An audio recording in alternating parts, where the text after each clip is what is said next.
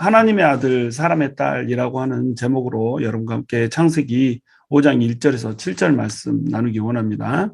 창세기 5장은 무덤장이라고 한다고 그랬어요. 모든 사람들이 오래 살았지만 결국 무덤에 갔다라고 하는 것들을 얘기하고 있죠. 정말 사람들이 오래 살았네? 어떻게 이렇게 오래 살 수가 있지? 라고 하는 게 초점이 아니라고 그랬어요. 오래 살았지만 결국은 사람이 죽는구나 라고 하는 것이 초점이라고 그랬죠. 그래서 아담부터 노아에 이르기까지 사람들의 평균 수명이 912살이라고 그랬어요. 이거 엄청나게 오래 살았죠.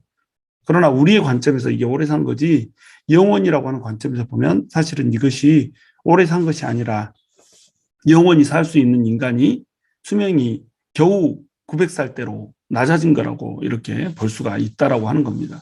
그리고 노아의 홍수 이후에 그 수명이 훨씬 더 짧아졌음을 우리가 알 수가 있는 거죠. 그런데 이 무덤장이라고 불리는 창세기 5장의 무덤 속에서도 하나님께서는 두 가지의 청사진을 제시를 하고 있다는 겁니다. 소망을 제시를 한다는 거예요. 족보를 통하여서 그 족보 속에 하나님께서 인간의 절망 속에서도 하나님께서는 소망을 주신다라고 하는 메시지를 심어놓은 겁니다. 그 메시지가 누구를 통해서 나타나냐면 첫 번째는 에녹이요, 두 번째는 노아를 통해서 나타난다고 하는 거예요. 에녹은 어떤 메시지를 주고 있어요? 들림받음에 대한 비전을 주고 있는 겁니다. 우리가 장차 들림받아서 하나님께로 간다라고 하는 거죠. 에녹이 들림받았어요. 하나님과 300년을 동행을 하다가 365세에 들림받았단 말이죠. 그러면 들림받았으면 들림받아서 간 곳이 있을 거 아니에요. 어디로 갔냐 이거죠. 바로 하나님한테로 갔다라고 하는 겁니다. 그렇다면 에녹처럼 그렇게 하나님과 동행하는 삶을 사는 사람이라고 한다면 누구든지 하나님께로 들림받아서 하나님 옆에서 살 수 있지 않겠는가라고 하는 비전을 제시를 했다라고 하는 거죠. 두 번째 비전은 뭐냐면 바로 노아를 통해서 주어진 비전이라고 하는 겁니다. 노아는 하나님의 위로라고 하는 뜻이라고 그랬죠. 하나님의 위로에 대한 비전을 주고 있는 거예요. 무덤 속에서 주어진 두 가지의 소망, 이것이 창세기 5장의 무덤장이 주고자 하는 궁극적인 메시지인 셈인 거죠. 자, 4장 28절은 이렇게 얘기하고 있습니다. 라멕은 182세에 아들을 낳고 이름을 노아라 하여 이르되 여호와께서 땅을 저주하심으로 수고롭게 일하는 우리를 이 아들이 아니하리라 하였더라. 아담과 하와의 범죄로 인해서 사람들이 수고롭게 일을 하고 있죠. 일을 하고 땀을 흘려야지 땅이 먹을 것을 내는 이런 상황이 돼버린 겁니다. 모든 사람들이 갖게 되는 숙명이에요. 수고롭게 일한다라고 하는 것은 사실은 인간에게 죽음이 온 것에 대한 그림자이거든요. 인간에게 죄악으로 인한 죽음이 왔고 죽음의 그림자로서 인간은 고통받고 아파하고 수고롭게 일해야 되는 그런 상황에 처하게 된 겁니다. 그런 상황에 처한 사람들에게 하나님께서 어떤 비전을 주시냐면 에녹의 비전을 주신 거예요. 에녹의 비전을 주셨다 그러면은 에녹을 통해서 휴거라고 하는 것을 발견을 한 겁니다. 에녹이 무드셀라를 낳았잖아요. 그리고 무드셀라가 라멕을 낳았잖아요. 무드셀라와 라멕은 모두 에녹을 봤을 거 아니에요. 에녹이 어떻게 하나님과 동행하는가라고 하는 것을 봤다는 겁니다. 그리고 하나님과 동행하다가 결국 에녹이 산채로 들림받아서 더 이상 사람들과 함께 존재하지 않고 이 땅에 존재하지 않는 그런 모습을 봐버렸다는 거예요. 무드셀라가 그걸 보고 뭐 어디로 갔나 어디가 뭐 이랬을까요? 그렇지 않죠. 그들이 보는 앞에서 아버지 에녹이 하나님께로 들림받아 올라가는 그런 모습을 봤을 거란 말이죠. 무드셀라와 라멕은 자기 아버지가, 자기 할아버지가 그렇게 되는 모습을 봤으니까 어떻게 했어요? 하나님의 위로를 갈망할 수가 있게 되겠죠. 에녹의 휴거를 봤기 때문에. 에녹에게서 심판의 메시지를 또 들었을 거 아니에요? 아예 아버지가 아들의 이름을 무드셀라라고 지어버리잖아요. 무드셀라라고 하는 이 이름의 뜻 자체에 심판의 메시지가 들어있는 거예요. 그러니까 에녹한테서 심판의 메시지를 명확히 본 거죠. 에녹이 본 환상을 무드셀라도 들었고 라멕도 들었고 무드셀라와 라멕뿐만 아니라 그때 당시를 살고 있는 셋의 후손들은 전부 들었을 거라는 겁니다. 자, 이 얘기를 들었으면 이들은 어떻게 될까요?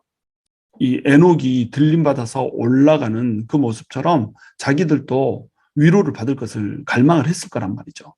무드셀라는 자기 아들의 이름을 라멕이라고 지었어요. 라멕은 강한 자라고 하는 뜻이죠. 근데 라멕은 자기 아들의 이름을 노아라고 짓는단 말이에요. 노아는 하나님의 위로, 그러니까 누가 진정으로 강한 자인가라고 하는 이슈가 생기게 되는 거예요. 라멕이 두 명이 등장을 하잖아요.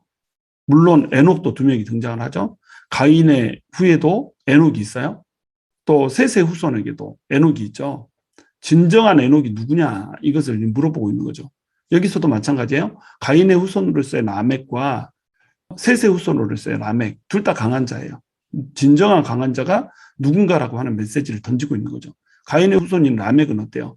자기 힘으로, 자기 스스로의 힘으로 자기 나라를 건축하고 자기의 강함으로 다른 사람을 억누르면서 짓밟으면서 살아가려고 해요. 이름이 강한 자예요. 진짜로 사람들이 보기에는 강한 자죠. 자기를 상하게 한 그 이유로 이 사람을 죽여버리잖아요. 그런데 이 사람이 진짜 강한 자일까요? 아니면 에녹의 손자 라멕처럼 이 세상이 곧 끝날 것이라고 하는 사실을 알고 자기 스스로를 의지하는 것이 아니라 자기 스스로 의지해봤자 맨날 수고롭게 일하는 거 이것밖에 아니잖아요. 그러니까 하나님의 위로를 구하는 겁니다. 하나님이 아니하는 그 순간을 소망하면서 사는 거죠. 진정 강한 자는 누구일까요? 바로 하나님의 위로를 소망하면서 살아가는 자, 이 자가 진정으로 강한 자라고 하는 거죠. 그러니까 무드셀라, 라멕 이 사람들이 심판의 메시지를 전하는 전파자로 지금 살아가고 있는 거예요. 무드셀라는 그 존재 자체가 심판의 메시지죠. 자기 이름을 사람들이 부르는 순간에 네가 죽으면 심판이 온다. 네가 죽으면 세상이 끝난다. 계속 선포가 되는 거예요. 그렇죠? 라멕도 세상을 구원할 그 하나님의 위로를 바라보면서 사는 자로 그런 삶을 살 수밖에 없었던 거죠. 이름을 노아라고 지을 수 있었다. 이 말은 그 사람이 하나님의 위로를 바라볼 줄 아는 사람이었다라고 하는 것을 우리가 볼 수 있는 겁니다. 이들 모두 경건의 계보로서 살아가고 있는 거예요. 그렇다면 이제 우리가 그 시대에 두 가지 인간상을 볼 수가 있는 거예요. 한 인간상은 하나님을 바라보는 인간상이고 한 인간상은 자기 스스로 살려고 하는 거예요. 이때 노아 당시의 정황을 우리가 살펴보면 노아 당시에는 두 부류의 사람이 존재했다는 겁니다. 한 부류는 하나님의 심판과 구원의 메시지를 들었어요. 그리고 그 메시지를 받은 자로서 살아가요. 그게 셋의 후손이죠. 근데 가인의 후손들은 노 땅으로 가서 살고 있잖아요. 그래서 하나님의 메시지와 단절된 채 살아가고 있다는 겁니다. 하나님의 심판과 구원의 메시지에 무지하게 이렇게 살아간다고 하는 거예요. 자, 그러면 심판의 메시지를 받은 이 셋의 후손들은 어떻게 살았어야 될까요? 하나님의 위로를 바라보면서 이렇게 살았어야 됐다는 겁니다. 심판의 메시지는 에녹 때 이미 받았어요. 심판의 메시지를 노아 때 받은 게 아닙니다. 노아 때 내가 지면에서 쓸어버리리라 라고 하는 것이 구체적으로 주어졌지만 에녹 때 이미 주어졌다는 겁니다. 내가 봤더니 이거 세상이 끝나는 날이 온다 라고 하는 것을 에녹은 봤던 거예요. 에녹은 심지어 노아 때 홍수의 심판이 올 뿐만 아니라 예수 그리스도께서 그 거룩한 자들과 함께 와서 이 세상을 심판하는 세상 전체 끝날 세상의 종말을 봐버렸던 사람이잖아요. 그러니까 이 에녹이라고 하는 사람이 하나님과 65세 때부터 그것을 본 다음부터 300년을 하나님과 동행하다가 365세에 들림받아 올라간 거잖아요. 메시지를 에녹으로부터 셋의 후손들은 받았다는 겁니다. 그럼 셋의 후손들은 어떻게 살아야 될까요? 하나님의 위로를 소망하면서 살아야 된다는 거죠. 자신이 소망인 가인의 후손들이 있어요. 자기만 의지하면서 살아야 돼. 왜? 하나님이 없으니까. 그런데 셋의 후손들은 어때요? 하나님의 구원을 바라보는 경건의 계보잖아요. 그러니까 이들은 어떻게 살아야 돼요? 하나님의 위로를 소망하는 자로서 이렇게 살아야 된다고 하는 거죠. 그런데 창세기 6장 1절을 보시면 사람이 땅 위에 번성하기 시작할 때에 그들에게서 딸들이 나니 하나님의 아들들이 사람의 딸들의 아름다움을 보고 자기들이 좋아하는 모든 여자를 아내로 삼는지라. 여기서 이제 조금 혼란스러운 말이 나오죠. 하나님의 아들이 누구고 사람의 딸들이 누구냐 여기에 대해서 너무나도 많은 의견들이 분분하게 나오는 겁니다. 하나님의 아들들은 천사들이다. 하나님의 아들들은 타락한 천사들이다. 이런 식으로 이제 해석을 하는 사람들이 있죠. 그런데 이러한 해석은 옳지가 않아요. 왜 그러냐면 타락한 천사가 어떻게 하나님의 아들이냔 말이죠. 타락한 천사를 하나님께서 언제 하나님의 아들이라고 부른 적이 있어요. 반역자들인데 폐역한 무리들인데 하나님의 아들들이라고 부를 수가 없는 거죠. 그리고 만약에 하나님의 아들들이 천사들을 의미한다면 천사와 사람이 결혼했다라고 하는 거잖아요. 천사들이 사람에게 와서 사람한테 결혼하면 누가 벌을 받아야 되죠? 천사들이 벌을 받아야죠. 천사들이 자기들의 영역을 어기고 사람한테 갔잖아요. 사람이 범죄했다기보다는 천사들이 범죄했다고 볼 수가 있는 겁니다. 그러니까 천사들이 벌을 받아야 되죠. 근데 천사들이 벌을 받는 게 아니라 사람과 영원히 나의 영이 있지 않겠다. 사람들이 벌을 받잖아요. 그러니까 이 하나님의 아들들은 타락한 천사도 아니고 천사도 아닌 거예요. 영은 결혼을 하지 않습니다. 우리가 죽고 나면 하나님한테 가는데, 천국에 가는데, 천국에서는 장가도 가지 않고 시집도 가지 않고 이렇게 산다고 그러잖아요. 그런데 천사들이 결혼을 한다, 말이 되지 않는 거죠. 영은 결혼하지 않아요. 영은 성이 없습니다. 영에는 남성과 여성이 없어요. 결혼할 수가 없는 거예요. 육신만 결혼할 수 있는 겁니다. 영은 육체가 아니에요. 영은 육신이 아니기 때문에 육체인 사람과 영인 천사가 결혼할 수 없고 악한 영들이 결혼할 수가 없죠. 만약에 결혼할 수 있다면 어떻게 되겠어요?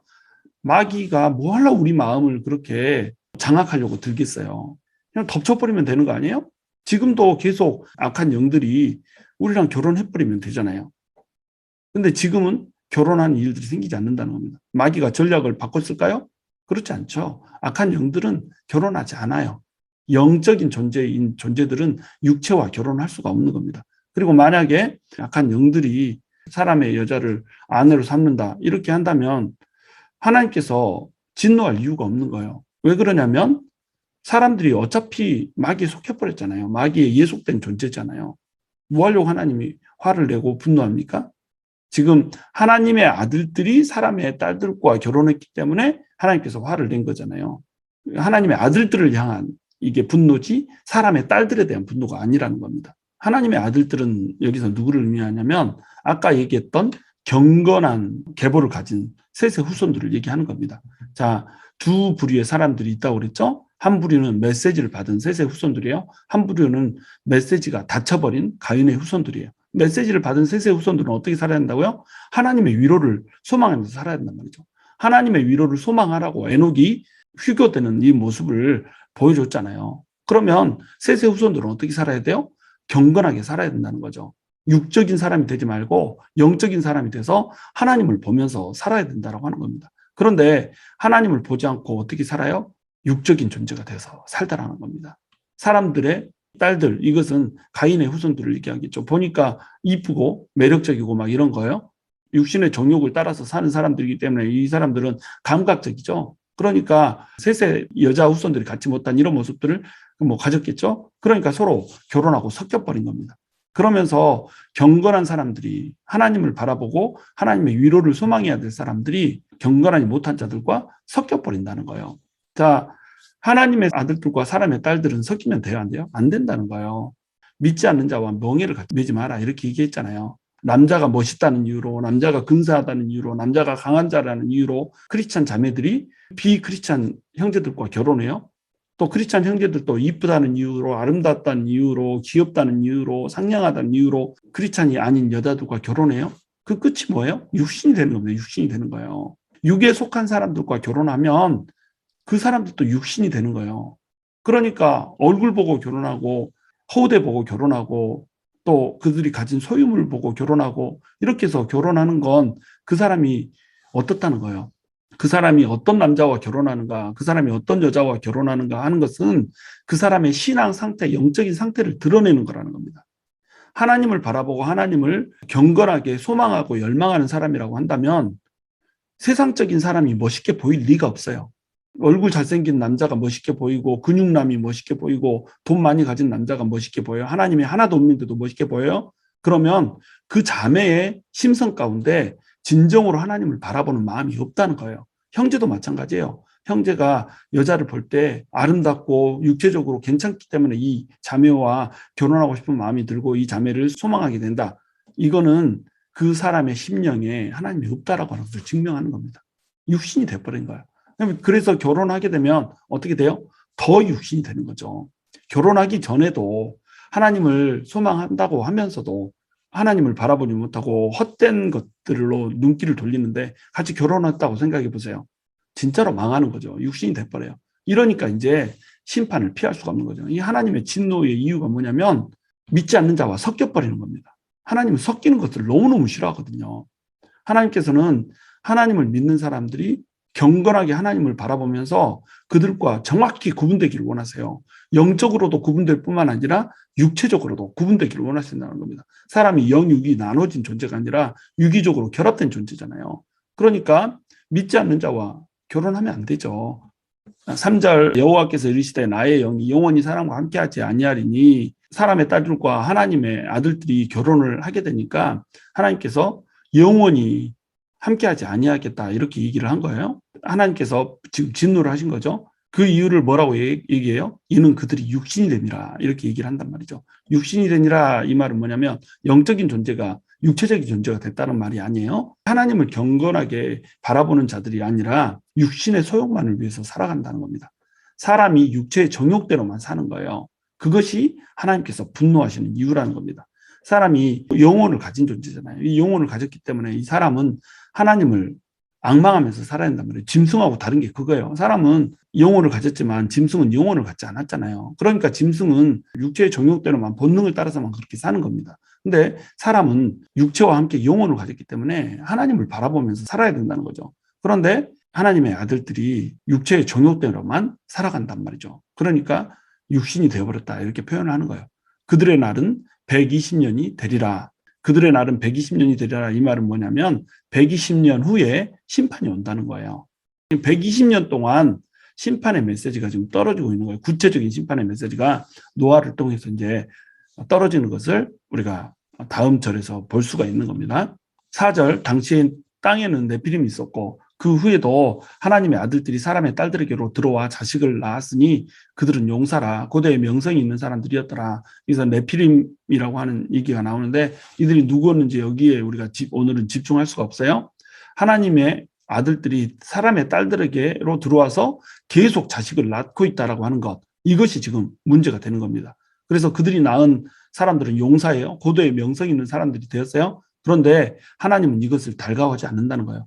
사람의 딸들과 결혼해서 하나님의 믿는 사람들이 하나님을 믿지 않는 사람들과 결혼했어요. 결혼해서 용사를 낳았어요. 막 세상에 난다 긴다 하는 그런 사람으로 성장했어요. 떵떵거리며 살아요. 세상으로 출세했어요. 이거 가지고 하나님이 우리 자식을 힘을 주셔가지고 이런 은혜를 베푸셔서 잘 나가게 해줬습니다. 하버드 가게 해주셨고요. 판검사 되게 해주셨고요. 의사 되게 해주셨고요.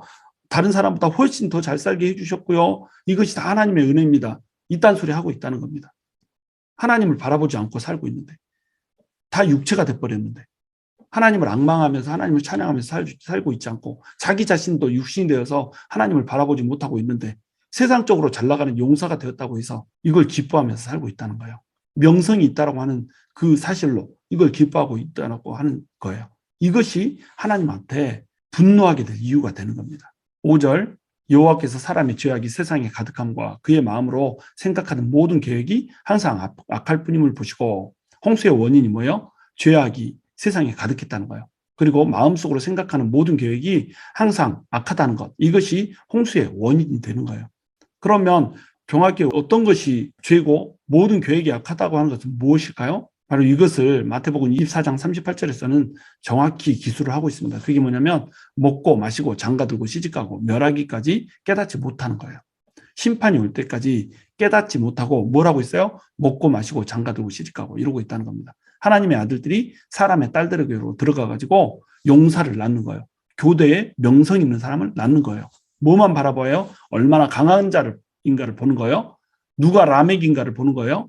자기 스스로 라멕이에요. 얼마나 명성이 있는가를 보는 거예요. 자기 이름이 땅에 퍼지는 거 보는 거예요. 자기 자식을 통해서 자기 어깨에 힘을 줄 수 있는 거 이런 거 보러보면서 사는 거예요. 이게 하나님의 아들들이 하는 짓이었다는 겁니다. 이것이 악이라는 거예요.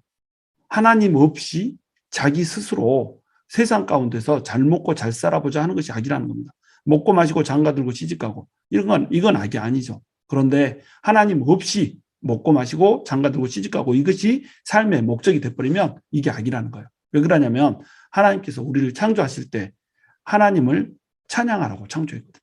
하나님을 사랑하라고 창조했고 하나님께 영광 돌리라고 창조했거든요. 근데 창조의 목적에서 벗어나 버린 겁니다. 하나님 없이 우리끼리 용사가 되고 명성 있는 사람 돼서 살래요. 그들이 모토가 이거였다는 겁니다.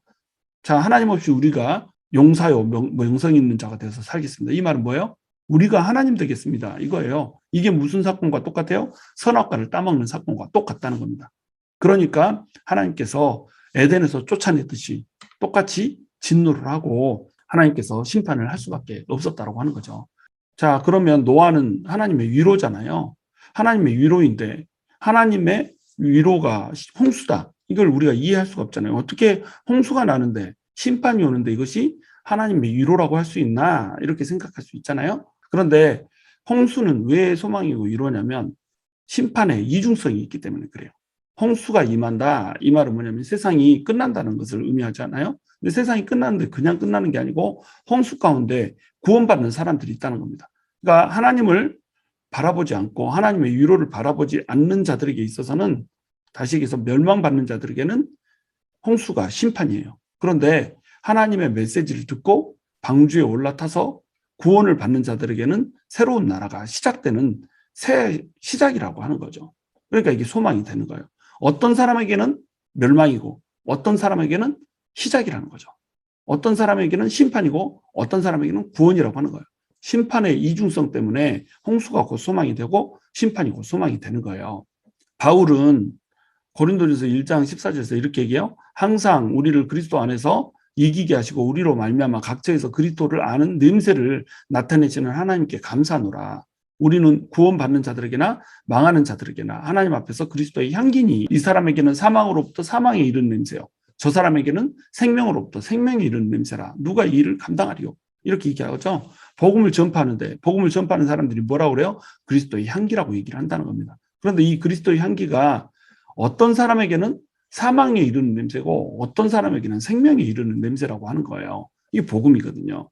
그러니까 노아의 시대에 임했던 그 홍수 역시 그 방주 역시 이 복음의 메시지를 전하고 있는 겁니다. 어떤 사람에게는 사망에 이르는 냄새고 어떤 사람에게는 생명에 이르는 냄새라고 하는 거예요. 이 그리스도의 향기라고 하는 말은 바울이 왜 차용했냐면 이게 로마 시대 때 써여진 거잖아요. 로마 사람들이 전쟁에서 승리하고 돌아올 때는 폐잔병을 데리고 들어왔단 말이죠. 폐잔병을 데리고 들어올 때 개선문으로 개선할 때에 향을 피웠단 말이에요. 그럼 이 향은 승리의 향이죠. 누구에게만? 로마 군들에게만 승리의 향기인 겁니다. 잡혀오는 폐잔병들에게는 어떻게 되겠어요? 아, 이제 우리는 죽었구나라고 하는 사망의 향기가 되는 거예요. 이것을 그리스도의 향기라고 하는 표현으로 썼던 겁니다. 세상이 끝날에 올 텐데 세상이 끝날에 그리스도인들이 복음을 전하면서 사랑을 베풀었던 그 행위들은 죽는 자들에게는 사망에 이르는 냄새가 될 것이고 구원을 얻는 자들에게는 생명을 얻게 하는 그 냄새가 될 것이다라고 하는 이 표현을 쓰고 있는 거예요. 그러니까 심판에 뭐가 있어요? 이중성이 있는 겁니다. 구원에 이중성이 있는 거예요. 구원받았다라고 하는 말도 마찬가지예요. 자, 구원받았다. 그 말은 뭐예요? 사람이 멸망에 이른다는 거잖아요. 멸망에 이르니까 구원을 받는 거죠. 구원을 필요로 한다. 이 상황이 전제되는 거잖아요. 전부 다 죽어가고 있다는 거예요. 근데 여기서 건진다라고 하는 거죠. 원래 죽을 이유가 없으면 위험에 처하지 않았으면 구원받을 이유도 없죠. 근데 구원이 있다. 이 말은 심판이 있다는 것을 의미하는 거예요. 그러니까 구원에도 이중성이 있고 심판에도 이중성이 있단 말이죠. 심판은 항상 멸망하는 자와 그중에서 구원하는 자라고 하는 이중성. 구원은 구원받지 못한 자는 멸망한다라고 하는 이중성. 이 이중성을 갖고 있는 거예요. 그러니까 홍수가 소망이 된다라고 하는 겁니다. 심판인 듯 구원이라고 하는 거죠. 6절 땅 위에 사람 지으셨음을 한탄하사 마음에 근심하시고 이르시되 내가 창조한 사람을 내가 지면에서 쓸어버리되 사람으로부터 가축과 기는 것과 공중의 새까지 그리하리니 이는 내가 그것들을 지었음을 한탄하니라 하시니라. 하나님께서 한탄하신다는 얘기가 나오죠. 그러면 하나님은 이러한 일이 있을지를 몰랐던 걸까요? 하나님은 과연 인생과 똑같아서 했던 일을 후회하시고 이렇게 하시는 분일까요? 아니죠. 이것은 신인 동영론이라고 부르는 겁니다. 사람이 이해할 수 있게 사람의 언어로 하나님의 마음을 지금 설명을 하고 있는 거예요. 하나님께서는 이미 모든 일이 이렇게 될 것을 알고 계시죠. 전제하시니까. 그런데 모든 것을 알고 계셔도 마음이 아픈 것은 똑같은 거라는 겁니다.